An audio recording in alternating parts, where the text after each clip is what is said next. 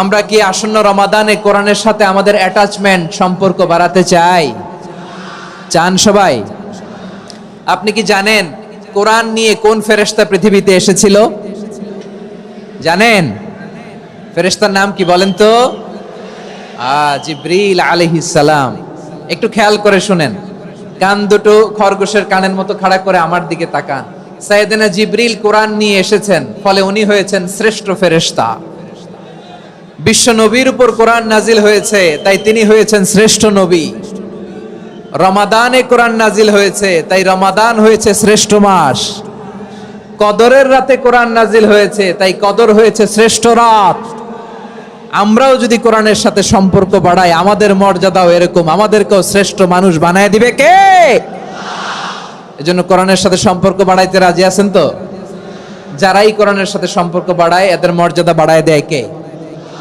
দেখবেন আমাদের হাফেজে কোরআন, তারা ইন্টারন্যাশনাল কোরআন কম্পিটিশনে যে গোটা বিশ্বকে পেছনে ফেলে প্রথম পুরস্কার নিয়ে আসে।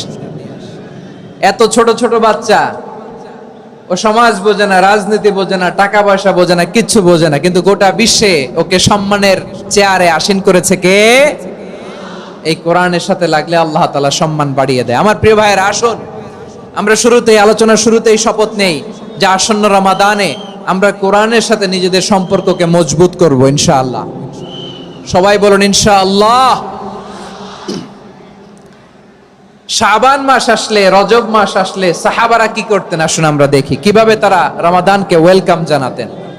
রজব শাবান আসলেই ওনারা রমাদান পর্যন্ত পৌঁছার আকুতি, আগ্রহ আর ফরিয়াদ আল্লাহর কাছে জানাতেন আর বলতেন, ইয়া আল্লাহ, রমজান পর্যন্ত আমাদের হায়াত বাড়িয়ে দাও। আল্লাহুম্মা বাল্লিগনা রমাদান, আল্লাহ তুমি রমজান পর্যন্ত আমাদের পৌঁছে দাও। আল্লাহুম্মা বারিক লানা ফি রজব ওয়া শাবান ওয়া বাল্লিগনা রমাদান, আল্লাহ রজব শাবানে বরকত দাও, আল্লাহ রমজান পর্যন্ত তুমি আমাদেরকে পৌঁছে দাও। আওয়াজ করে পড়েন আমিন।